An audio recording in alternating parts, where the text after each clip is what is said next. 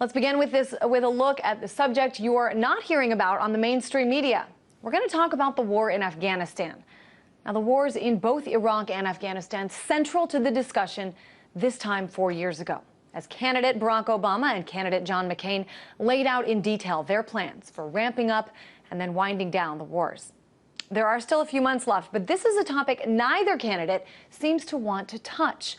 Shortly after coming into office, President Obama announced a surge of 30,000 troops, and that surge was to be followed by this plan. We will pursue the following objectives within Afghanistan. We must deny al-Qaeda a safe haven. We must reverse the Taliban's momentum and deny it the ability to overthrow the government. And we must strengthen the capacity of Afghanistan's security forces and government so that they can take lead responsibility for Afghanistan's future. So when will that future be upon us? By the time the voters go to the voting booths this November, the war will be in its 12th year. For more on this, I'm joined by David Swanson, campaigner for Roots Action. Hey there, David. I know, some have even said, not since the Korean War of the early 1950s has an armed conflict captured so little public attention. Why is Afghanistan just not a hot topic anymore?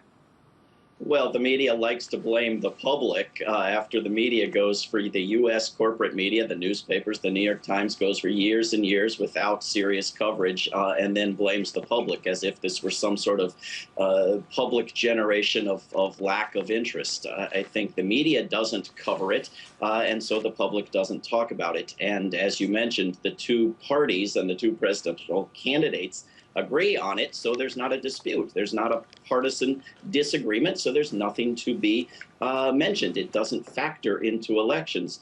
Never mind that in every poll, about 70% of Americans say get out of there. Well, David, let me stop you. I wanted to put some of those numbers up on the board. You were talking about the public and their take on the war. Well, if the public may not be quite as interested, but they do have some ideas about the war. And we want to talk about troop casualties as well. The first 1,000 troop deaths was reached 8 years and 5 months into fighting, and that translates to 9.9 soldier casualties per month. But the troop casualties surpassed 2,000. The 2,000 mark 27 months later. That's 37 deaths per month, or one a day. So these are numbers that are also affecting the public, David. These are, people, family members, people's friends. What do these numbers tell us? Well, when you said that Obama surged 30,000 troops, he actually sent in over 30,000 troops before he sent in 30,000 troops about which there was a great deal of news coverage. He more than tripled the presence of U.S. troops in Afghanistan. He campaigned on that escalation. He fulfilled that promise.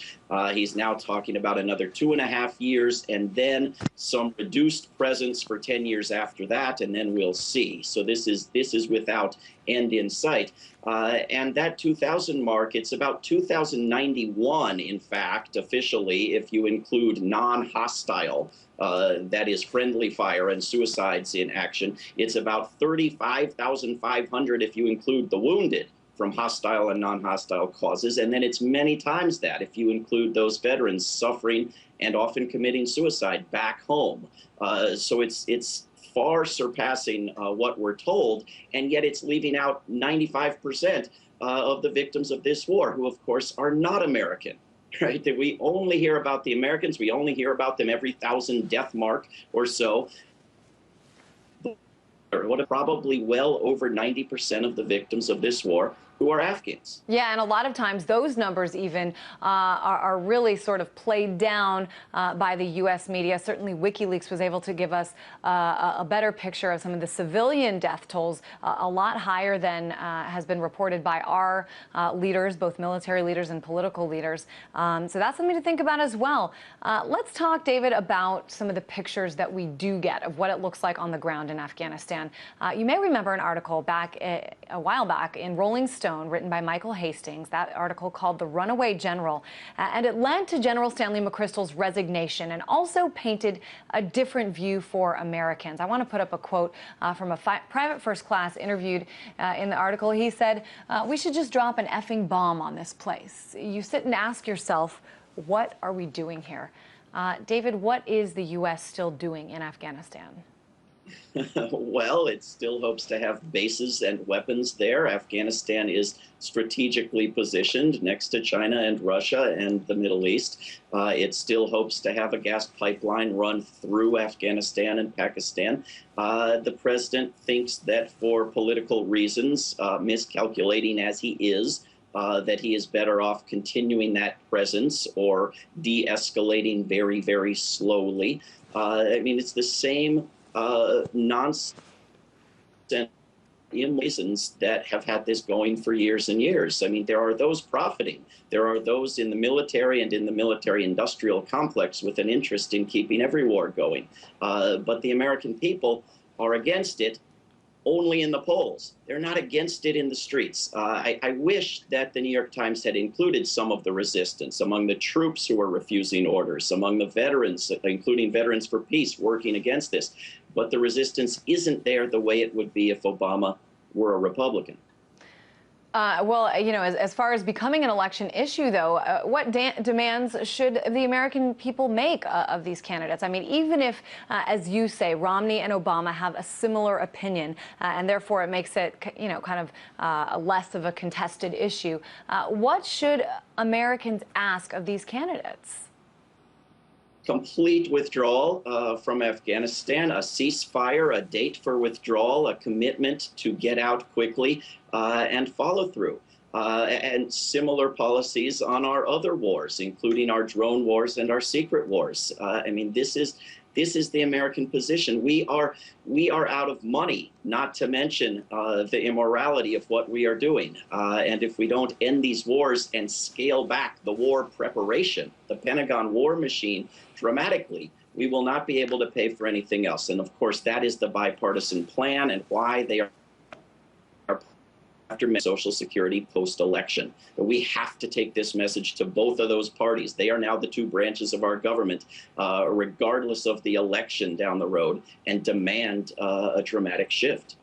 David, in the beginning of this segment, we showed a clip from whitehouse.gov. This was President Obama laying out the plan in 4 minutes or less, about 3 minutes or 55 seconds. He did that back in 2009. And one of the things we didn't show you is what President Obama said about Pakistan. He said that the U.S.-Pakistan relationship, that the role of Pakistan in this war was inextricably connected to any sort of potential victory, that Pakistan was needed as a friend, as an ally.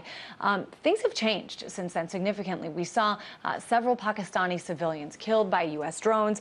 We've seen the Pakistani officials, you know, closing borders to the U.S. for a while so that they couldn't get supplies into Afghanistan. Things have changed immensely. Why has that not shifted then, you know, the U.S.'s role in the war or hurried the U.S.'s calling to end this sooner? Well, I think you're looking for logic, and you're not going to find it. There is no indication that this war is going to be won, whatever that might mean. They have yet to come up with a sensible definition of what that would be. The relationship with Pakistan has been and shaky. I mean, this is a war that the United States taxpayers are paying for both sides of.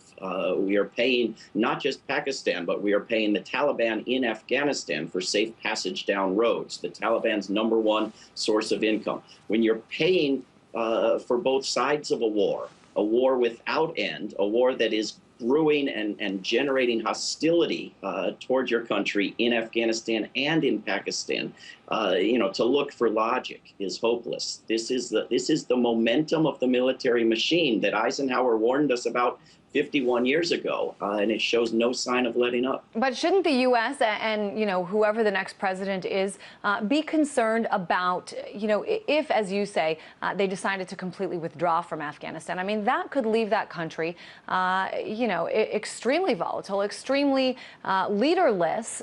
Not that the U.S. is a leader right now, but really could leave it in a very chaotic place. Don't you think that they need to sort of lay this out as the officials, the military officials have suggested? Well, we have left Iraq and Libya and numerous other countries in a disastrous, chaotic place, but they have not become, and that the Iraq nation did not become dramatically more dangerous and more chaotic when U.S. and NATO troops left, contrary to all of the warnings on Fox News year after year after year why we must not leave. In fact, violence began to intense for the Iraqi people to find a future. That is the case in Afghanistan as well. It will be a disaster when NATO leaves, but the disaster will be greater the longer it takes NATO to get out. Certainly, we should work diplomatically to the extent that U.S. credibility will allow it to try to find a peaceful international solution for Afghanistan. But a commitment to getting out militarily is the fundamental first step. Tough no matter what when you're talking about a part of the world, a region where it's very different from the way things are done in the U.S. It has always been much more tribal-based, and you know the way things work are simply very, very different. David Swanson, always great to have you on the show. David is a campaigner for Roots Action.